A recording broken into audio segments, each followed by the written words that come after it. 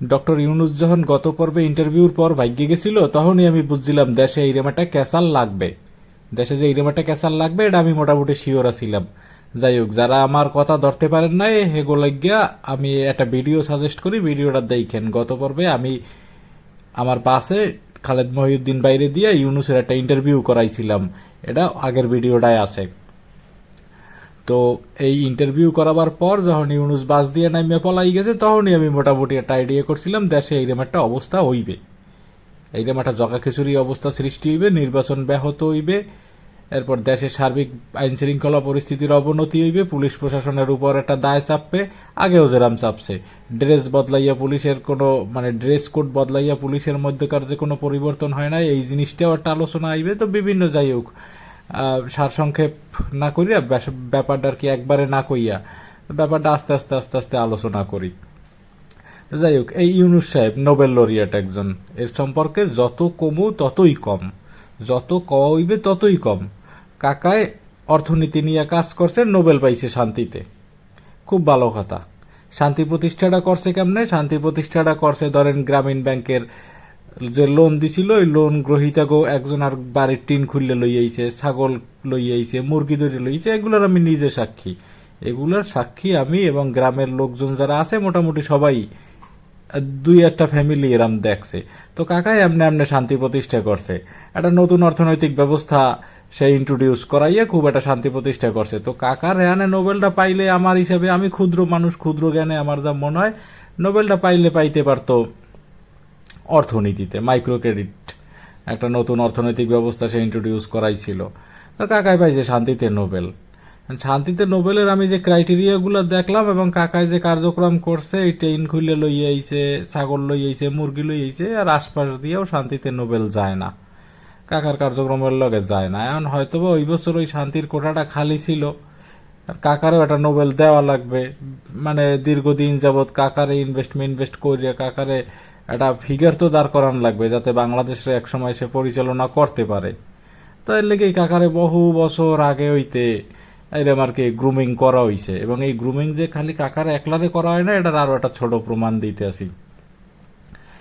এই মহিউদ্দিন রনি আজকে যে লোক, মানে যে ভাই আমাদের, মানে জুলাই লাল ভাই, যে আজকে মৃত্যুসজ্জায় প্রায়, এই মহিউদ্দিন রনি কি জুলাইতে ফেমাস হইছে নাকি আরো মেলা আগে হইতে ফেমাস? রেলের বিভিন্ন মানে কি কয় এটারে, দুর্নীতি অনীতি অনিয়ম নিয়ে মহিউদ্দিন রনি ফেমাস হয়েছিল না জুলাই আন্দোলনের প্রায় বছর দুই আগে। এরপর যে সার্জিস, হাসনাত, উমামা, এরা কি আজকে হইতে ফেমাস, জুলাইতে ফেমাস? এরা ফেমাস হয়েছে আরো মেলা আগে। ঢাকা ইউনিভার্সিটির অনিয়ম, দুর্নীতি মূর্নীতি এইগুলা লইয়া এরা মেলা আগে ফেমাস হয়েছে, এগো আগেই হিরো বানাইয়া রাখা হয়েছে, মানুষের চোখে এদেরকে মোটামুটি খাওয়াই দেওয়া হয়েছে।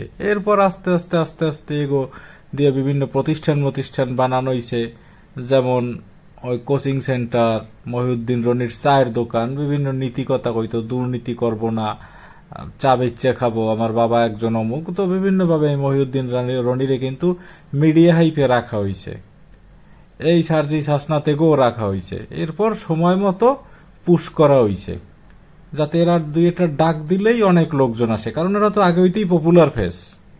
ডক্টর ইউনূস সাহেবের ব্যাপারটাও এইরকমই, এর আগে হইতেই গ্রুমিং করা হয়েছে, আগে হইতেই ওই নোবেল লরিয়েট বানাই একটা জ্ঞানী মানুষ হিসাবে একটা দাঁড় করানো হয়েছে। নিঃসন্দেহে সে জ্ঞানী, জ্ঞানী না হইলে হিলারি ক্লিন্টন বা ক্লিন্টন ফাউন্ডেশন তারে চুজ করতো না। বাট তারে মানুষের কাছে আরো পৌঁছেই দেওয়া হয়েছে, আরো ফেমাস করা হয়েছে এবং বুঝানো হয়েছে যে বাংলাদেশে একজন নোবেল লরিয়েট আছে, যে তোমাকে সবার চেয়ে আলাদা, সবার চেয়ে জ্ঞানী, সবার চেয়ে ক্যাপাবেল, এই জিনিস বুঝানো হয়েছে। তো যাই হোক, এই ডক্টর ইউনূসরে নিয়ে বেশি কথা বলার নাই, বাট লাস্ট 2-3 দিনের বা আজকের যে ঘটনাটা বিশেষ করিয়া, এখন আপনারা কি কইবেন, কি কইবেন? এখন আপনারা দোষ করেন পুলিশের, পুলিশরে কেউ অর্ডার দে নাই মারার লাগিয়া, পুলিশ অতি উৎসাহিত হইয়া মারছে, পুলিশরে কেউ ওখানে নিয়োগ দে নাই। আজকে যে পুলিশ যে বেধরক মারপিট করছে, হাসপাতালে ভর্তি করে দিয়েছে, মানে পুরা পুলিশ অন ফায়ার। একজনের ভিডিও বানাইতে দেখলাম যে কি মাইডে মারছে, মানে এইরম মাইর বলে মাইনসেরে মারে, এরা তো কুত্তা পিডায়। তো হে আবার ওই আওয়ামী লীগের সাপোর্টার মনে হয়, হে কইতেছিল কুত্তাই তো পিডাইছে।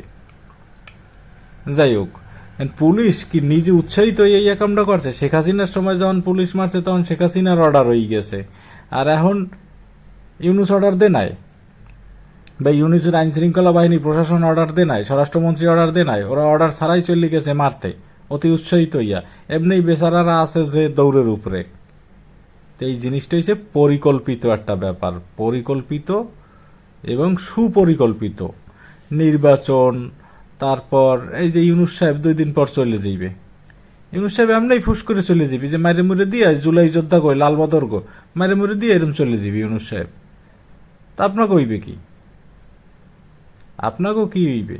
এই যে আপনারা যারা আজ মাইর খাইছেন, কোনো ইঙ্গিত পাইছেন হেরা, আপনাকে হইবে কি? ইউনুস সাহেবের বিদেশি পাসপোর্ট আছে, ইউনুস সাহেব আমেরিকা যে কোনো দিন প্রাইভেট জেটে করে চলে যেতে পারবে, বোয়িং ভাড়া করে চলে যেতে পারবে, আপনারা কই যাবেন?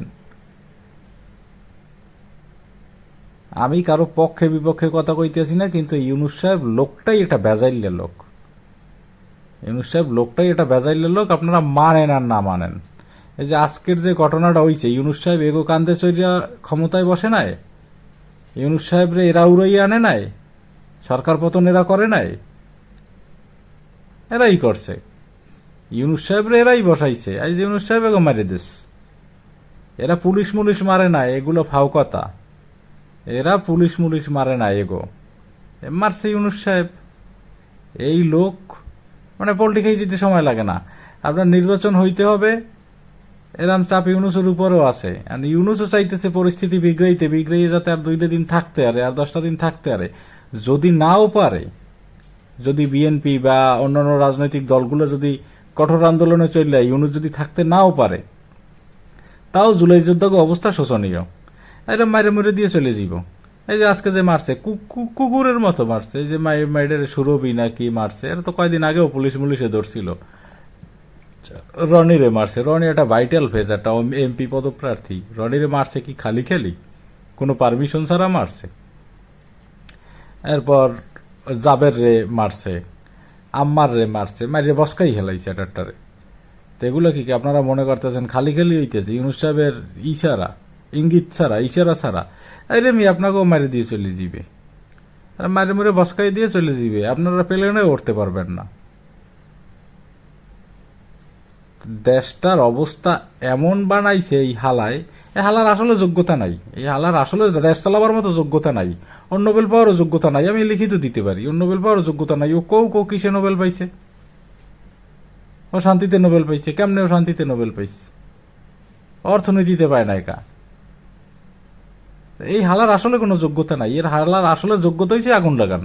এটা আমি বলি না যে সরকার খুব ভালো ছিল, হাসিনা সরকার ভালো ছিল, ফ্যাসিস্ট ছিল, আমিও একমত এ ব্যাপারে, আমিও এ ব্যাপারে একমত। কিন্তু যা করিও চলতেছিল দেশটা কোনো মতে, যা করিও দেশটা কোনো মতে চলতেছিল। ভাই আমার বাক স্বাধীনতার দরকার নাই। পদ্মা সেতু বানাইছেন আমি খুশি, এলিভেটেড এক্সপ্রেস বানাইছেন আমি খুশি, কারণ এগুলো সুফল আমি ভোগ করি। মেট্রো রেল বানাইছেন আমি 10 মিনিটে উত্তরা যাই, আমি খুশি। আমার বাক স্বাধীনতা ইম্পর্টেন্ট না। বাক স্বাধীনতা কি সাউয়া মাউয়া ছিঁড়ে ফেল, এটা বাক স্বাধীনতা? এই দেশের লেগে ইউনুস করছিল কি, এই যে আমার গাড়িটা যেরকম চিতই বইছে না, এইরকম এই মাঝ রাস্তায় বাংলাদেশটারে চিত করে থুই দেশ।